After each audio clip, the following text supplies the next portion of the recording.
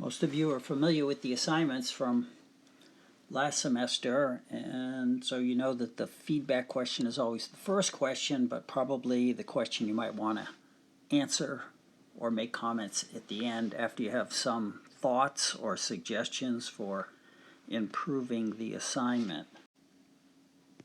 The second question is where you put your Minds on Physics scores. So there's about 5 Minds on Physics. Oh, this is actually a little different. I left it here. You can list your scores individually. A little bit different from what we did last semester. But anyway, that's pretty straightforward. The third question is a question about the syllabus, the format, the grading system that we used last semester is the same one you will use this semester, and you can get that information from the syllabus. This question is primarily about the properties of electric charge, and they're covered in the other video, and I'll also talk about them in lecture. So I'm not going to pause for this question right now. The triboelectric series is what we cover in lab, and in a simple sense, just a quick review, materials that have sometimes this is materials that tend to gain electrons are more electronegative. Sometimes that's at the top, sometimes these are at the bottom. It depends on the table you're looking at. But if you're rubbing rubber on wool, since rubber tends to gain electrons, rubber will take electrons away from the wool, and the rubber becomes negative and the wool becomes positive.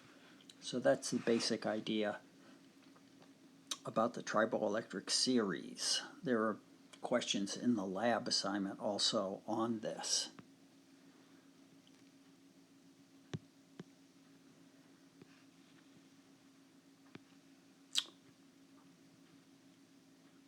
Conductors are materials that have free electrons, and insulators are materials that do not have free electrons.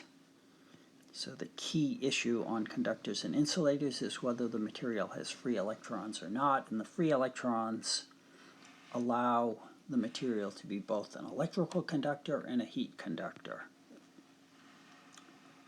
This question has to do with conservation of charge. So if you start with 3 charges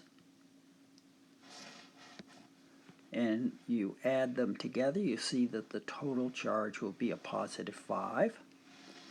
And so any of these numbers that add up to positive 5 follow the characteristic or the rule or the property of conservation of charge. The charge of a closed system has to remain constant. So if this is a closed system, if it starts at plus 5, it has to end up at plus 5.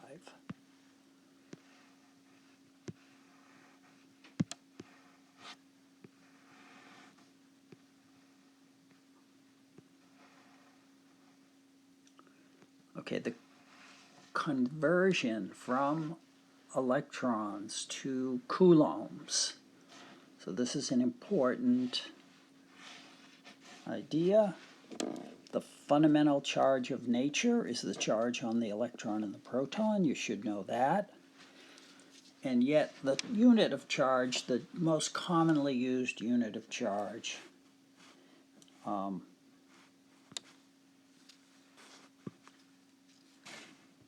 is the coulomb. And so the conversion is that 1 unit of charge, that the charge on the electron and the proton, and notice that E doesn't mean electron, it means the fundamental unit of charge, which is the charge on the proton or the electron, and it's equal to 1.602. There are actually more digits than that, times 10 to the minus 19 coulombs. And so if you have a situation where you have an electric charge of 1.1 times 10 to the minus 6 coulombs, and what you should know by now, or if you're just starting, you'll be learning that a coulomb of charge is a huge amount of charge. Most of the charges we see are in micro coulombs, 10 to the minus 6. Nano coulombs, 10 to the minus 9th, are the most common units of charge we get. And so if this is the amount of charge we have, it's easy to do the conversion because we want the number of electrons. And so we do our usual units conversion. We put the Coulomb number here.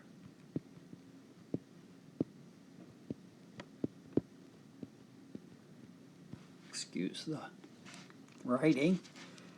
And the electron number here. And why do I do it that way? Because I want to end up with fundamental units of charge. However many fundamental units of charge, that's how many electrons there'll be, because the electron has one fundamental unit of charge. So if you do that, you get the answer. Notice that it's asking for 3 sig figs, even though this is only 2 sig figs. Not sure why that is, but it should really be 2 sig figs. But it's asking for 3 sig figs. So consider that 3 sig figs.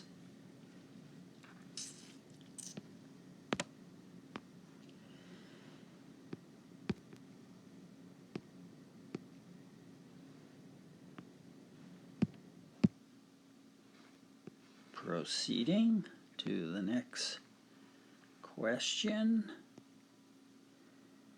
Okay, now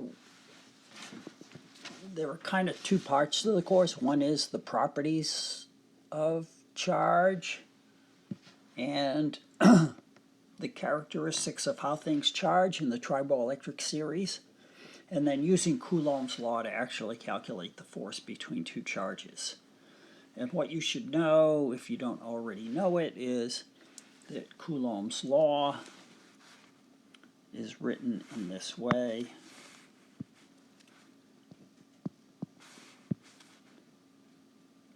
And so if we have 2 charges, well, let's refer to this problem. We're asked to find the charge on A, that's the first letter. So the FA, it means we're finding the force on A caused by B. And so if we look at the fact that A has a charge of -4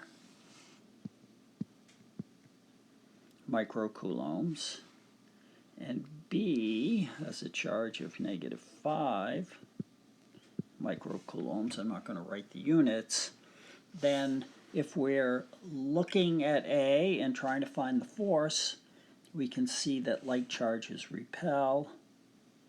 And so the direction of the force we get from the diagram has to be that way, because 2 negative charges are going to repel. And then to get the magnitude of that force, so that gives us the direction. And since we will use the I, J, K notation a lot in this course, we know that I is, so that direction is -I hat. And the magnitude we get from Coulomb's law, which tells us the magnitude of the force on A caused by B will be K times the charge on A times the charge on B, actually the magnitude of those charges, because that's what we're getting is the magnitude, divided by the distance between them squared. And so those numbers have to all go in with standard units. So the K will be the 8.99 times 10 to the minus 10 to the 9th, excuse me. And notice the units, because if you do this calculation on a quiz, you're going to have to put the units, newtons, meters squared per coulomb squared. And you can see why those units are there, because the coulombs will cancel and the meters squared will cancel, and it'll leave you with newtons. And the QA has to go in as 4.0 times 10 to the minus 6, and the QB has to go in as 5.0 times 10 to the minus 6, and the R, which is 30 centimeters, has to go in as 0.30 meters, and of course don't forget to square it. And when you do that, you should get the answer in the answer box. The magnitude of A on C, let's look at the direction first. So C is a positive charge of 6.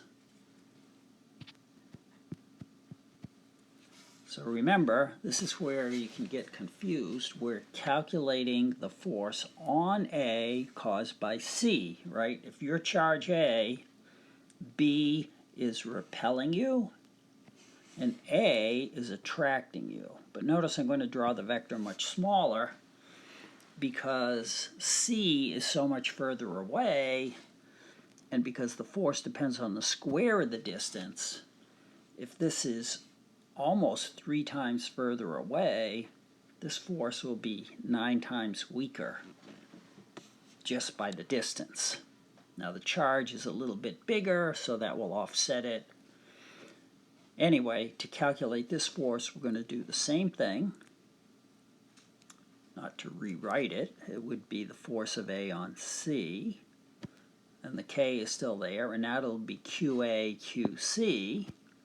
The absolute value, remember, because we've got the direction from the diagram, so you just put in the absolute value of those numbers. And in this case, the distance now, don't make the mistake of using 50, because we're calculating the force on A caused by charge C. That distance is 80 centimeters, but it will go in to the R value as 0.8 meters, and you'll square it, and that should give you the number for that. And then the net force will just be the sum of those two. And since this one will probably be bigger because the distance is so much closer, the net force will be negative. All right, I think that covers everything you need to know on that, to be able to do that question. And so we can move on to the next question. So the the next two questions give you two charges which are fixed in place, and then you're giving a third at a distance that's given, and then you're given a third charge and asked where to place it such that the force will be 0. So there are several situations, and the answer is different depending on the situation. So let's just think through this from a simple physics point of view first. So let's suppose a simple situation like this is a positive charge, and this is an equal positive charge, and they're equal. And now I have a third charge. Let's just make that equal to the same magnitude, and this charge I can move around. Okay, so where am I going to put Q3 so that the force will be 0? Now walk yourself through this. Think about this. Pause the video and ask yourself, don't just listen to me. Pause the video and ask yourself, where should I put Q3 so that the net force on it will be 0? And then once you have an answer, come back. All right, you're back. You should realize that you need to, if you put that charge over here, both forces would be repelling and it wouldn't be in equilibrium. The only place you can put it is between the two charges, and because they're equal, you would put it exactly in the middle, because the force of Q1 on this third charge, right? The force of 1 on this charge would be in this direction, and the force of 2 on the charge would be in the opposite direction, and you want those two forces to cancel, and so you would put it there. If Q2 were bigger, let's say this was 4 charges and this is 1, so this is a positive 4, and this is a positive 1, then where would this go? Pause the video and think, which way would that shift it? All right? So still it has to be in the middle. Any other place, the forces aren't going to cancel. But since for the force to be 0, these two vectors have to cancel. So you want to be closer to the positive charge, right?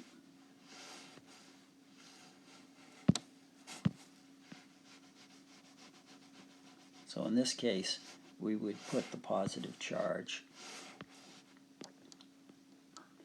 And in fact, because Coulomb's law is a square, right? So if this distance, let's say this distance is 12 centimeters, then I would put this at 4 centimeters, and this would be 8 centimeters. Why 4 and 8? Well, because 8 centimeters is twice as far away, so because of the 1 over r squared, the inverse square law, you following me? That double the distance would make this 4 times weaker. Oh, but this has 4 times as much charge. So you would end up with two vectors.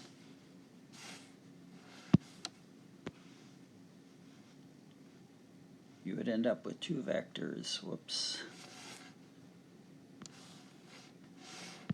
that were equal and opposite. Now, in the problem, you're given that in this specific problem, we have to solve it specifically. So we see that Q1, let me just get rid of this.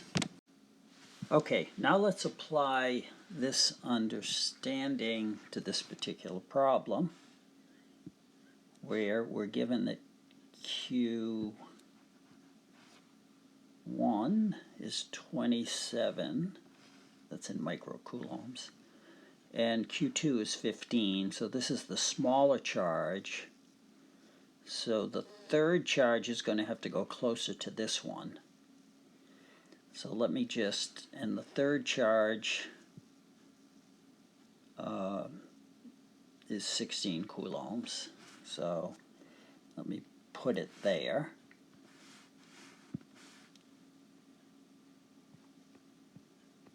And we want to find exactly what this position is. So what we know is the distance from here to here is d. And we're asked to find the position x, the unknown distance x. So the net force on Q3 is 0. Name that unknown distance x. How far from Q1? So the way it's written in the problem is our distance we want to find is this. How far from Q1 should that be placed? And so even before we do the problem, if we look at the distance is 28 centimeters, what are we going to guess? The answer is going to be bigger than 14, right? And this is just thinking of the physics ahead of time. Watch what I'm doing. This is twice as big, but it's a square. So I'm just going to guess. you guess. It's going to be bigger than 14. Guess a number. It's not going to be 2/3, so I'm going to guess 18. Okay, but now we want to do it. So we can do it by numbers, or we can do it symbolically. And let me show you the advantage of doing it symbolically. And in the end, notice that you're going to be asked to find the general symbolic solution. So why don't we just find that now? It's one of these equations. So I'm going to show you how to do that. See if you can do it with me, or see if you can lead me. So we're saying that, what we're saying is that we want the Q1, all the charges in this case are positive, right? So the force on Q3 caused by 1, that would be, whoops, that would be F on 3 caused by 1, the force on 3 caused by 1. The magnitude of that force, right, it's going to be in that direction. The magnitude of that force, like the force of